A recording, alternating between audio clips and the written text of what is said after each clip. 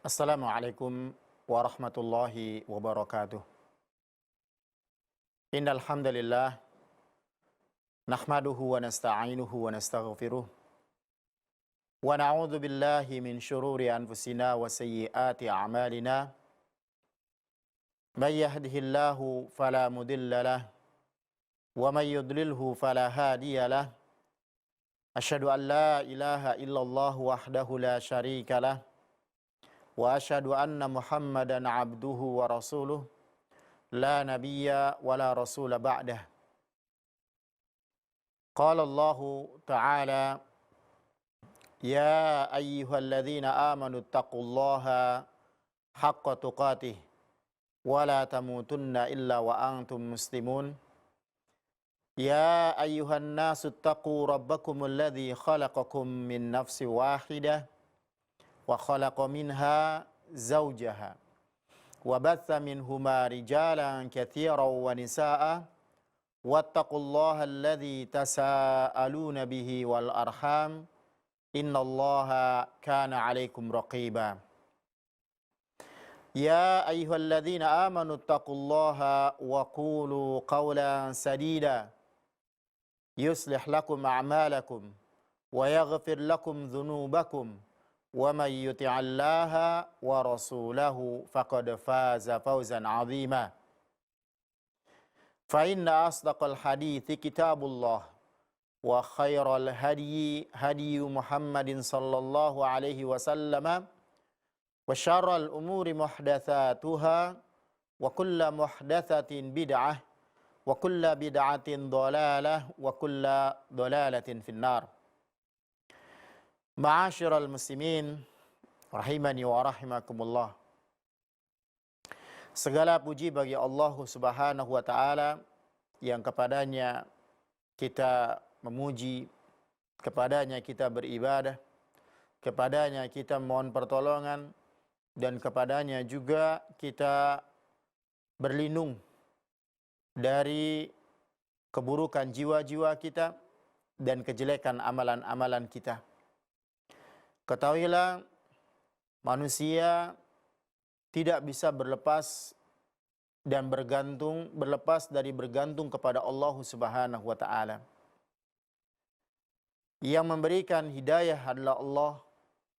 Yang membiarkan seorang hamba berada di atas kemaksiatan adalah Allah.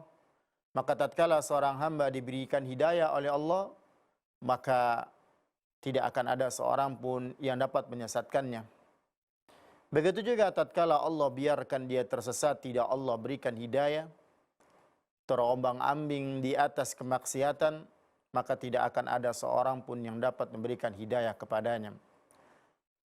Bersyukurlah dan bersyukurlah tatkala Allah berikan hidayah kepada kita dengan mencintai agama Allah, berusaha untuk melakukan ketaatan kepada Allah Subhanahu wa taala, mencintai ilmu agama dan berusaha mengamalkan apa yang Allah ajarkan.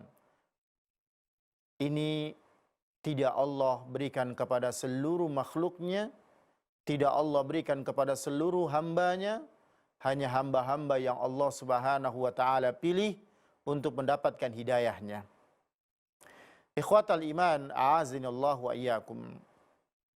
Tugas para rasul diantaranya adalah memberikan kabar gembira dan memberikan peringatan. Memberikan kabar gembira bagi orang-orang yang mentauhidkan Allah. Bagi siapa saja yang menjalankan ketaatan kepada Allah Subhanahu wa taala dengan janji-janji yang Allah telah sebutkan dalam Al-Quran dan telah disampaikan oleh Rasulnya, yang tentunya janji ini adalah janji kebaikan. Kebaikan dunia dan akhirat yang akan didapatkan oleh hamba tersebut. Memperingatkan hamba-hamba Allah atau memperingati hamba Allah Subhanahu wa taala dari perkara-perkara yang melanggar batasan-batasan yang telah Allah berikan. Melakukan perkara-perkara yang dimurkai oleh Allah Subhanahu wa taala, maka Rasul memperingatkan untuk tidak melakukannya. Ini adalah tugasnya para rasul. Dengan demikian, Berarti tugasnya para nabi dan rasul yang mereka adalah merupakan manusia yang Allah pilih adalah mengajak mereka kepada yang ma'ruf, kepada kebaikan, dan mencegah mereka dari perbuatan-perbuatan yang mungkar yang mendatangkan murka Allahu Rabbul Alamin. Kaum muslimin rahimani wa rahimakumullah. Benar dan salah, hidayah dan tidak mendapatkan hidayah adalah sesuatu atau perkara-perkara yang pasti berada di tengah-tengah hamba Allah Subhanahu wa taala. Siapa saja yang Allah berikan hidayah, maka dia akan ikut melakukan perbaikan-perbaikan hingga dia menjadi seorang hamba yang beramar ma'ruf dan nahi mungkar. Perbuatan ini yaitu mengajak kepada kebaikan dan mencegah dari kemungkaran adalah perbuatan yang dicintai oleh Allah Subhanahu wa taala. Hingga hamba yang melakukannya menjadi hamba yang dicintai oleh Allah. Di dalam hadis yang sebagaimana telah kita sebutkan di 2 pertemuan yang lalu, bahwa seseorang datang kepada Nabi sallallahu alaihi wasallam tatkala beliau berada di tengah-tengah para sahabatnya. Kemudian orang ini mengatakan kepada Nabi sallallahu alaihi wasallam, "Antal ladzi taz'umu annaka Rasulullah?" Apakah engkau yang mengaku bahwasannya engkau adalah utusan Allah? Kemudian Nabi sallallahu alaihi wasallam mengatakan, "Na'am, iya." Lalu dia bertanya lagi, "Ya Rasulullah, ayyul a'mali ahabbu ilallah?" Amalan apakah yang paling dicintai oleh Allah? Maka Rasulullah sallallahu alaihi wasallam menjawab, "Imanun billah." Itu beriman kepada Allah. Kemudian dia bertanya, "Tsumma ai?" Kemudian apa lagi? Lalu Rasulullah sallallahu alaihi wasallam menjawab, "Silaturrahim." Itu silaturrahim. Kemudian dia bertanya lagi, "Kemudian apa lagi?" Lalu Nabi menjawab, "Al-amru bil ma'ruf wan nahyu 'anil munkar." Yaitu mengajak kepada yang ma'ruf dan mencegah dari kemungkaran, amar ma'ruf nahi munkar. Kaum muslimin rahimani wa rahimakumullah. Al-ma'ruf adalah semua kebaikan yang dilakukan oleh seorang hamba, baik dia adalah merupakan perkara yang diperintahkan di dalam beribadah kepada Allah Subhanahu wa taala dan mendekatkan diri kepada Allah, begitu juga berbuat baik kepada orang lain adalah ma'ruf.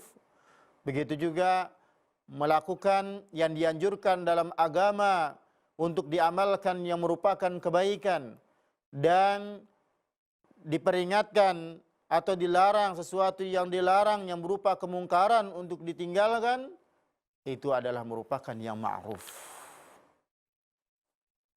Sedangkan mungkar adalah setiap yang dianggap buruk, adalah yang diharamkan. Dan tentunya batasan atau standar untuk mengatakan ini ma'ruf dan untuk mengatakan ini mungkar adalah hukum Allah Subhanahu wa taala, yaitu syariat yang menentukannya. Kaum muslimin, amar ma'ruf dan nahi mungkar adalah bagian terbesar dari agama ini. Adalah merupakan bagian dari bagian-bagian yang terpenting.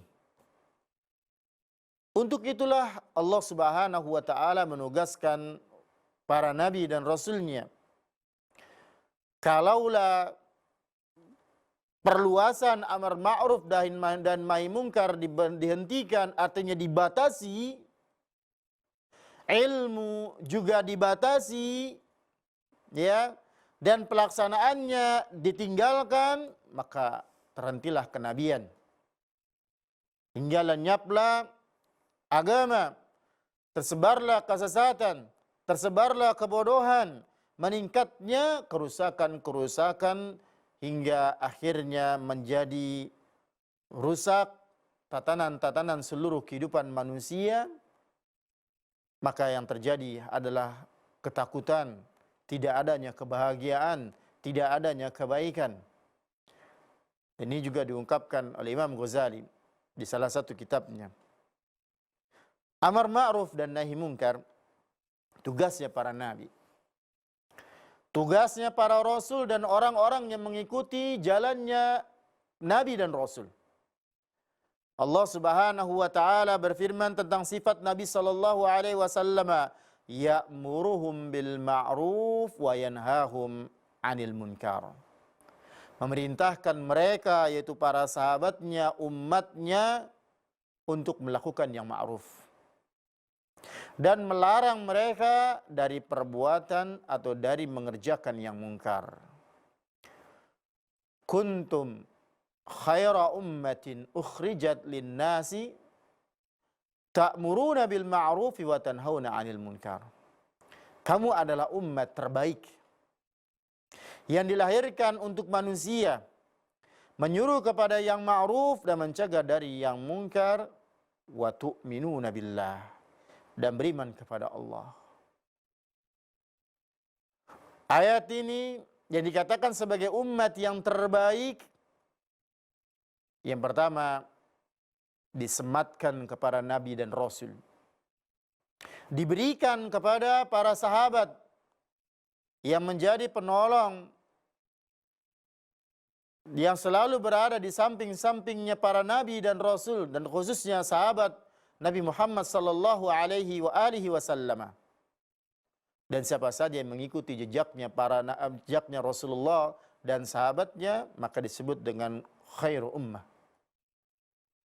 Ya, itu umat yang terbaik.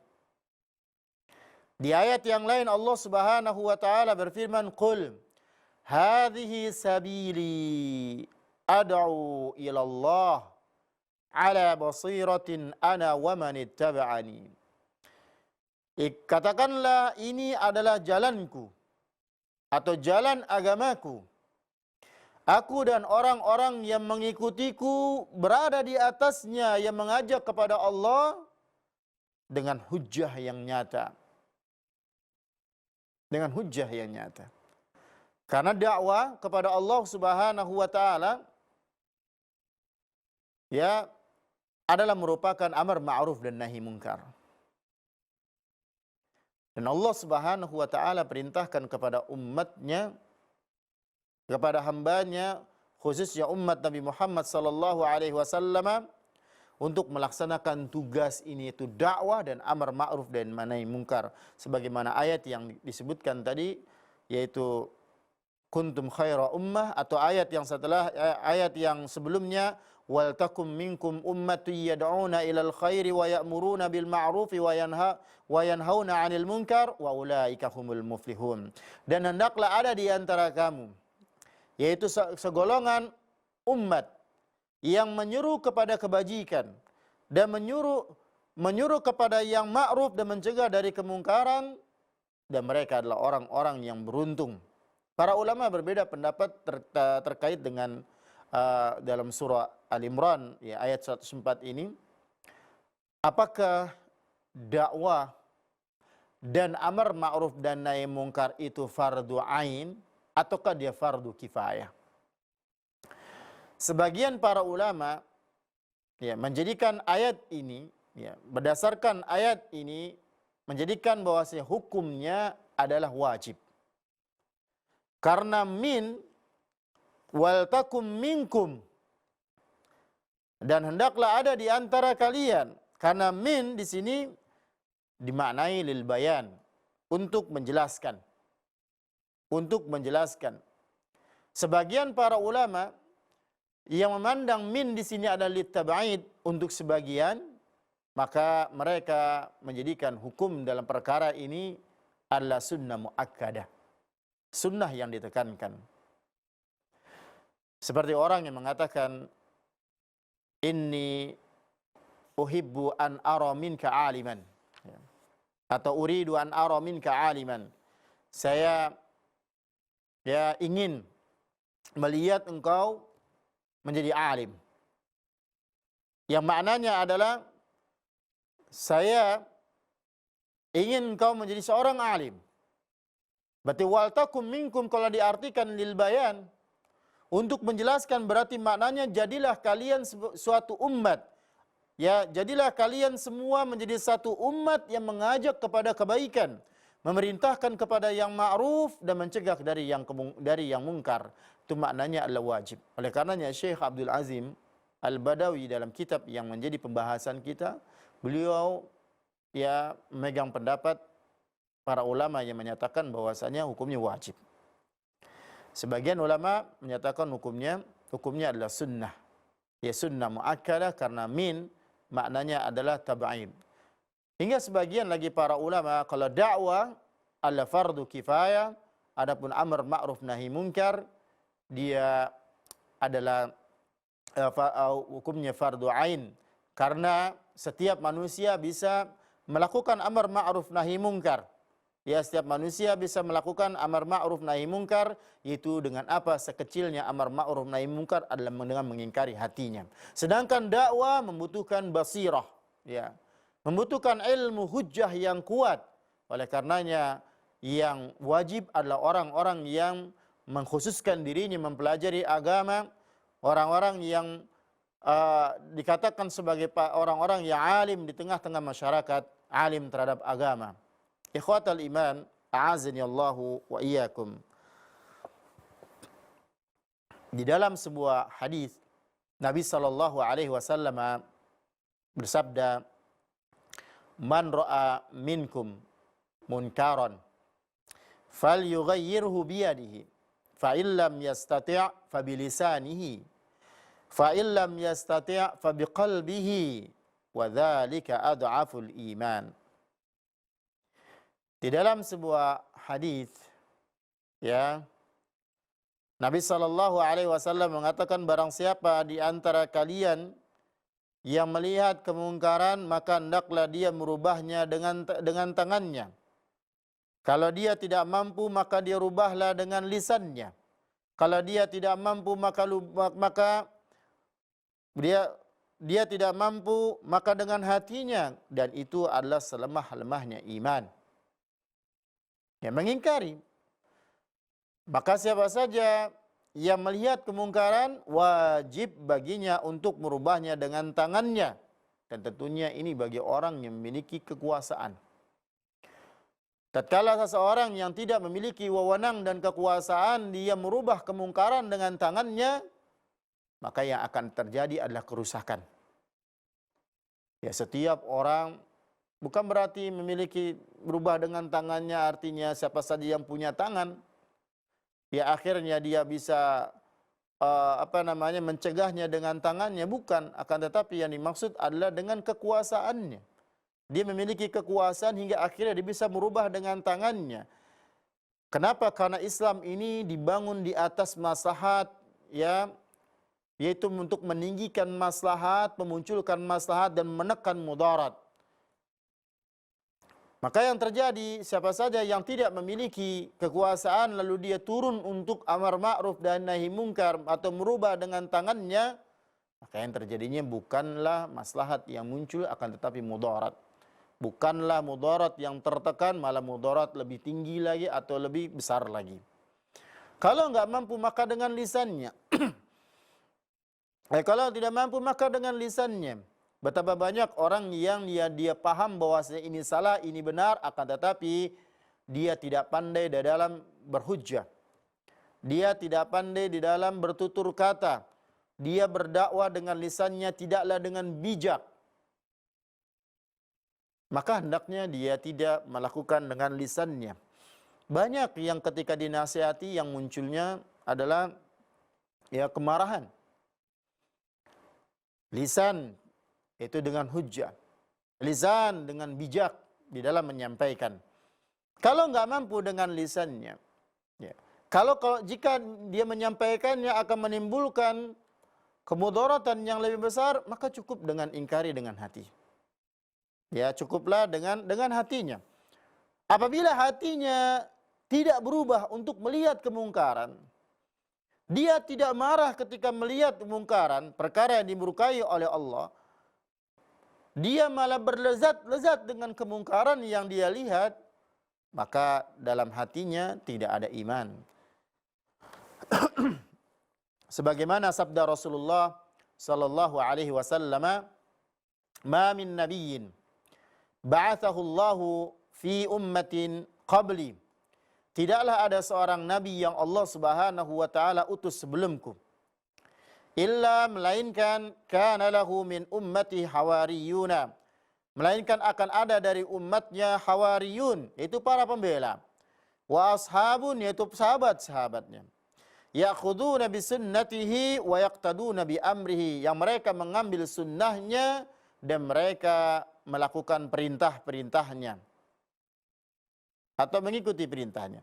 Summa, kemudian, innaha takhlufu min ba'din khulufun, kemudian akan muncul generasi pengganti setelah mereka yang buruk tentunya. Yang buruk yang dimaksud dalam hadis ini, ya, yaquluna ma la yaf'alun, yang mereka berbicara tetapi mereka tidak melakukannya. Mereka berucap tetapi mereka tidak melakukannya. Wa yaf'aluna ma yu'marun, mereka berbuat yang mereka tidak diperintahkan. Faman jahadahum biyadihi fahuwa mu'min, barang siapa yang berjihad melawan mereka dengan tangannya, maka itu mukmin. Wa man jahadahum bilisanihi fahuwa mu'min, barang siapa yang berjihad dengan lisannya, maka dia mukmin. Wa man jahadahum biqalbihi fahuwa mu'min, barang siapa yang berjihad barang siapa yang berjihad dengan melawan mereka, ya, dengan melawan mereka dengan hatinya, yaitu dengan mengingkarinya, maka dia mukmin. Walaysa wara'a dzalika minal imani habbatu khardalin, dan setelah itu tidak ada lagi iman meski hanya sebesar biji sawi. Ini adalah urusan yang besar kaum muslimin, yang banyak orang tidak memahaminya tatkala mereka menyaksikan kemungkaran-kemungkaran yang ada, sebagaimana yang terjadi di tempat-tempat hiburan, yang terjadi di pesta-pesta yang ada hanya huru-hara, yang mereka melabrak kehormatan dan batasan-batasan Allah. Mereka korbankan jiwa mereka, fisik mereka untuk tidak tidur pada malam hari, menyaksikannya, mendengarkannya, bersenang-senang dengan gembira. Lalu di manakah sikap nahi mungkarnya? Apakah mereka memiliki sebesar biji sawi dari keimanan? Padahal mereka tahu bahwasanya itu kemungkaran. Padahal mereka tahu bahwasanya itu perkara yang tidak Allah ridhai. Padahal mereka diperintahkan untuk merubahnya. Namun yang terjadi malah mereka justru kokoh berdiri di depannya, bergembira, ya, bersukaria, dan menikmati kemungkaran-kemungkaran tersebut. Begitu juga dengan tempat-tempat yang lain yang aurat diumbar, ya, wanita-wanita yang diperintahkan untuk menutupi tubuhnya dibuka di tempat tersebut. Bagi siapa saja yang tetap berada di tempat tersebut, kemudian hatinya tidak mengingkarinya, dia malah bersenang-senang dengan pemandangan yang ada di hadapannya, maka ketahuilah Nabi sallallahu alaihi wasallam mengatakan sebagaimana hadis yang kita sebutkan tadi, tidak ada pada dirinya iman sebesar biji sawi pun. Terkadang amar ma'ruf nahi mungkar kita munculkan banyak ungkapan-ungkapan yang ditujukan kepada penegak amar ma'ruf dan nahi mungkar. Sebagian mengatakan, urus saja dirimu, agamamu agamamu, agamaku agamaku. Jangan anggap surga hanya milikmu. Jangan sok suci. Dan banyak lagi ungkapan-ungkapan yang senada dengan itu untuk menolak amar ma'ruf dan nahi mungkar. Bahkan terkadang di antara mereka ada yang berdalil dengan mengatakan lakum dinukum waliyadin. Bagimu agamamu dan bagiku agamaku. Dan ada yang berdalil wala taziru waziratu wizra ukhra. Dan orang yang berdosa tidak akan memikul dosa orang yang lain. Itu kan urusanku, aku yang berdosa tidak akan terkena pada dirimu kan? Jangan terbedaya dengan ungkapan-ungkapan atau jawaban-jawaban mereka tatkala kita tegakkan nahi mungkar. Asy-syaitanu sawwala lahum wa amla lahum. Allah berfirman, syaitan telah menjadikan mereka mudah berbuat dosa dan memanjangkan angan-angan mereka. Yang di mana mereka dihiasi atau mereka disamarkan dengan amal yang buruk pada diri mereka. Wa hasibu alla takuna fitnatun fa'amu wa sammu. Mereka mengira bahwa tidak akan terjadi suatu bencana pun terhadap mereka dengan perbuatan yang mereka lakukan, yaitu membunuh nabi-nabi tatkala itu. Mereka mengira tidak akan terjadi bencana apapun. Maka karena itu mereka menjadi buta. Ya, karena anggapan seperti ini mereka menjadi buta. Karena anggapan seperti itu mereka menjadi peka. Yaitu tuli. Tidak mau mendengar, tidak mau melihat yang hak. Orang yang beriman diperintahkan untuk merubah kemungkaran. Dan merubah kemungkaran yang paling rendah derajatnya adalah dengan hati sebagaimana yang kita sebutkan. Dan merubah kemungkaran berarti menuntut kita agar menjauhi kemungkaran dan pelaku kemungkaran tersebut. Tidak bergaul dengannya dan tidak menyaksikan kemungkaran yang mereka lakukan. Allah Subhanahu wa taala berfirman, "Wa idza ra'aital ladzina yakhuduna fi ayatina fa'arid anhum hatta yakhudu fi haditsin ghairi. Wa imma yunsiyannaka asyaitanu fala taq'ud ba'da dzikra ma'al qaumidz zalimin." Dan apabila kau melihat orang-orang memperolok-olok ayat-ayat kami, maka tinggalkanlah mereka. Sehingga mereka membicarakan pembicaraan yang lain. Dan jika syaitan menjadikan kamu lupa akan larangan ini, maka janganlah kamu duduk bersama orang-orang yang zalim itu sesudah engkau teringat akan larangan itu.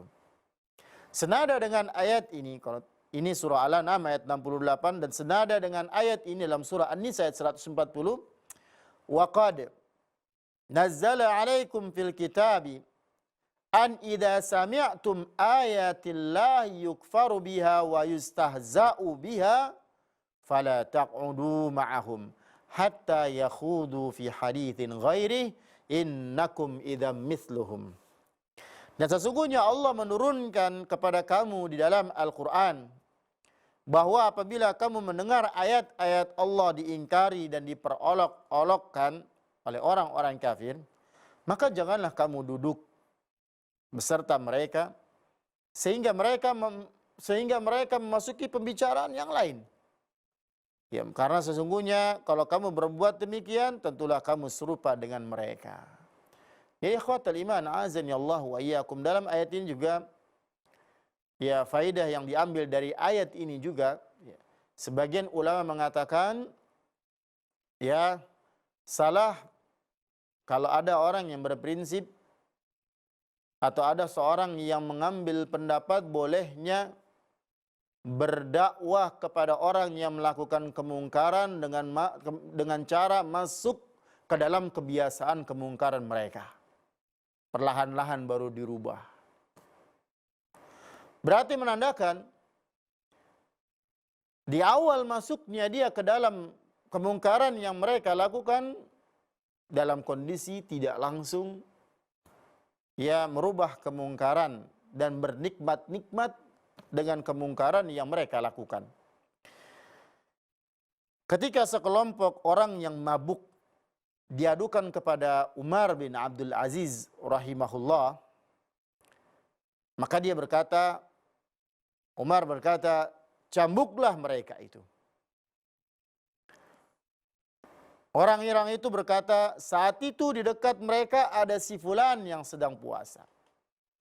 Saat itu ketika ada orang-orang yang mabuk, ternyata ada si fulan yang sedang berpuasa.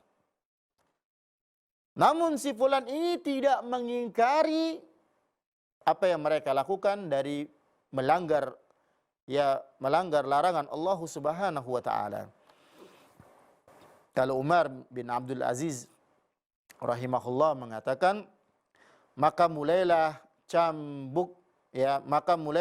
cambuklah orang ini. Yaitu orang yang berpuasa, yang diam tidak mengingkari kemungkaran yang ada di depannya. Itu yang dilakukan oleh Umar bin Abdul Aziz rahimahullah. Kaum muslimin, jika hati sudah terbalik, maka dia tidak akan mengenal ini ma'ruf dan ini mungkar. Dia tidak bisa membedakan ini kemungkaran ataukah ini suatu hal yang baik. Yang baik dianggap mungkar, yang mungkar dianggap baik. Rasulullah sallallahu alaihi wa alihi wasallam bersabda, tu'radul fitanu 'alal qulub. Ditampakkan fitnah-fitnah kepada hati. Satu persatu ditampakkan, kalhasir, seperti hamparan tikar. Udan. Fa'ayyu qalbin ushribaha nukitat fihi nuqtatun sauda. Hati apapun yang menyerapnya, maka akan diberikan titik hitam. Jadi akan diletakkan titik hitam padanya. Wa ayyu qalbin ankaraha nukita fihi nuqtatun bayda. Dan hati apapun yang mengingkarinya, maka dia akan diberikan titik yang putih. Ya, diletakkan satu titik putih. Hatta tasira ala qalbain. Hingga akhirnya dia berada di antara dua hati. Ya, fitnah-fitnah tersebut berada atau diletakkan berada di antara dua hati. Ala abyadha mithla as-safa wala fala tadurruhu fitnatun ma damatis samawati wal ard. Yaitu hati yang pertama adalah hati yang putih. Hati yang bersih, yang tidak memudaratkannya fitnah tersebut selama masih ada langit dan bumi. Wal akhar, dan hati yang lainnya aswad, hitam, murbadan, berdebu, kalkuzi, seperti cangkir, mujakhian, cangkir yang terbalik. Cangkir yang terbalik, la ya'rifu ma'rufan, dia tidak mengenal yang ma'ruf, wala yunkiru munkaran, dan dia tidak mengingkari yang mungkar, illa ma ushriba min hawahu, kecuali sesuatu yang dia serap atau yang diserapnya karena mengikuti hawa nafsunya. Jadi terbawa oleh hawa nafsunya, yang nakodanya adalah hawa nafsunya. Ikhwatal iman, a'azani Allah wa iyyakum. Al-amru bil ma'ruf wan nahyu 'anil munkar adalah perkara yang wajib bagi semua orang. Sebagaimana Allah berfirman, ya ayyuhalladzina amanu qu anfusakum wa ahlikum nara. Hai orang-orang yang beriman, peliharalah dirimu dan keluargamu dari api neraka. Kewajiban yang pertama bagi seorang muslim di dalam amar ma'ruf dan nahi mungkar, di dalam merubah dari kemungkaran kepada kebaikan, adalah merubah rumahnya. Merubah rumahnya menjadi rumah yang islami, yang dilakukan di dalamnya perbuatan-perbuatan, perkataan-perkataan yang mendatangkan ridha Allah Subhanahu wa taala, dan mengeluarkan segala sesuatu yang mendatangkan murka Allah dan menahan rahmat Allah masuk ke dalam rumah tersebut. Dijadikan sebagai rumah yang islami, dijadikan sebagai rumah yang nyaman, Tidak ada kenyamanan dan kebahagiaan yang dirasakan oleh seorang hamba melainkan dibangun di atas kebaikan, melainkan dibangun di atas dalil-dalil, ya. Tatkala dia ingin merubah rumah itu menjadi rumah yang islami, tentunya dia merubah dirinya menjadi seorang penasehat. Penasehat yang menasihati keluarganya untuk melakukan yang ma'ruf, yang menasihati keluarganya dengan melarang mereka dari perbuatan-perbuatan yang mungkar, perbuatan-perbuatan yang diharamkan oleh Allah Subhanahu wa taala. Kenapa? Karena dia akan diminta pertanggungjawabannya oleh Allah Rabbul Alamin.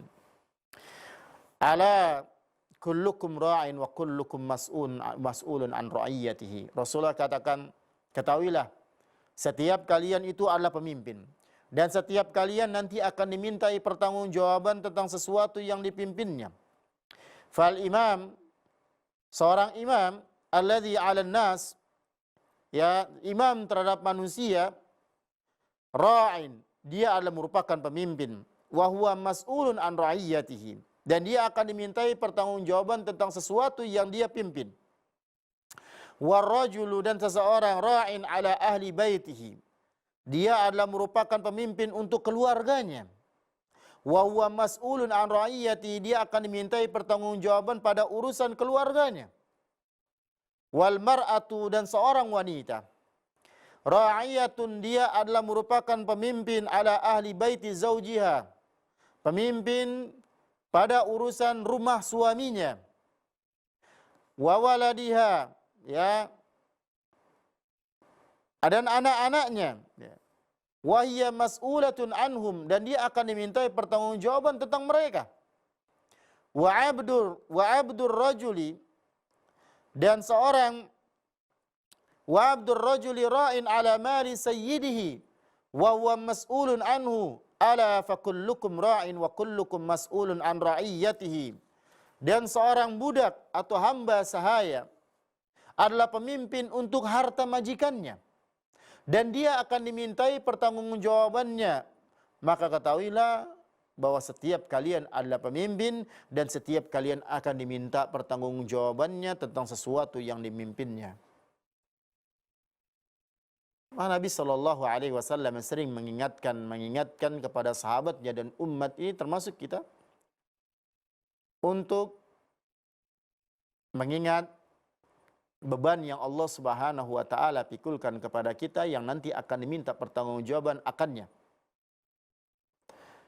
Seperti memerintahkan keluarga melakukan ketaatan kepada Allah. Di dalam sebuah hadis Rasulullah katakan, muru auladakum bis-shalah, perintahkan anak-anak kalian untuk mengerjakan salat.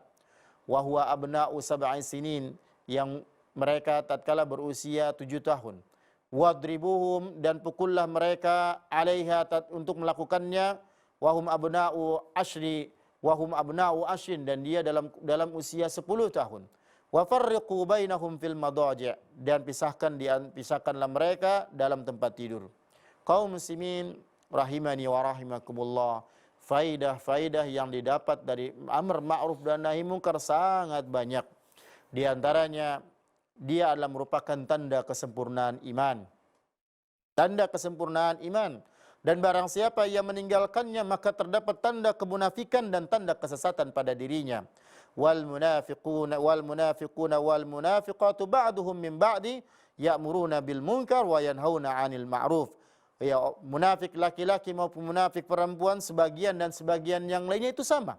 Apa yang dilakukan oleh mereka? Mereka menyuruh membuat yang mungkar, dan mereka melarang dari perbuatan yang ma'ruf. Dan ini tanda kesempurnaan iman seseorang tatkala mengajak kepada yang ma'ruf dan mencegah dari kemungkaran. Begitu juga faedah dari amar ma'ruf dan nahi mungkar. Amar ma'ruf dan nahi mungkar bagi orang yang melaksanakannya akan mendapatkan keberuntungan dunia dan akhirat, kemenangan dunia dan akhirat. Sebagaimana ayat yang kita sebutkan tentang apakah wajib ataukah sunnah muakkadah di dalam berdakwah dan amar ma'ruf dan nahi mungkar. Faedah yang lainnya, orang yang melaksanakannya akan mendapatkan rahmat Allah Subhanahu wa taala. Jadi barang siapa yang melaksanakan amar ma'ruf dan nahi mungkar, pasti dia dirahmati oleh Allah, dan barang siapa yang meninggalkannya pasti dia dilaknat. Sebagaimana Allah Subhanahu wa taala berfirman dalam surah Al-Maidah ayat 78 hingga 79. Begitu juga faedah yang lainnya. Orang yang melaksanakannya akan diselamatkan dari azab, dan orang-orang yang meninggalkannya akan Allah berikan dan Allah cap sebagai orang-orang yang zalim.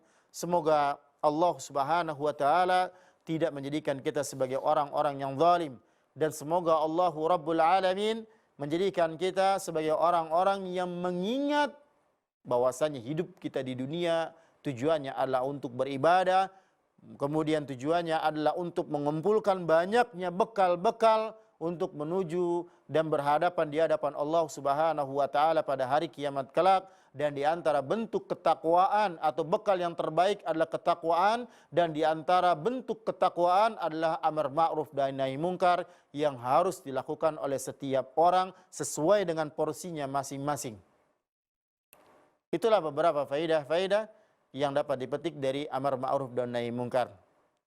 Dan sekali lagi kaum muslimin, jangan tinggalkan amar ma'ruf nahi mungkar. Kewajiban kita adalah untuk melaksanakannya ya semampu kita dengan apa yang kita miliki, dan selemah-lemahnya atau mengingkari kemungkaran yang terkecil adalah mengingkari dengan hati kita. Kita tidak suka dengan perbuatan itu, kita sudah suka dengan perkara itu, kemudian kita jauhi perkara tersebut dan pelaku yang melakukan perkara tersebut, dan tidak berada di hadapannya dan tidak berada di tengah-tengahnya, yang akhirnya kita menjadi bernikmat-nikmat atau menikmati perkara itu. Semoga Allah senantiasa memberikan taufik dan hidayah kepada kita. Ya, ini yang bisa kita sampaikan pada kesempatan kali ini. Kita akhiri dengan subhanaka Allahumma wa bihamdika asyhadu an la ilaha illa anta astaghfiruka wa atubu ilaik. Wassalamualaikum warahmatullahi wabarakatuh.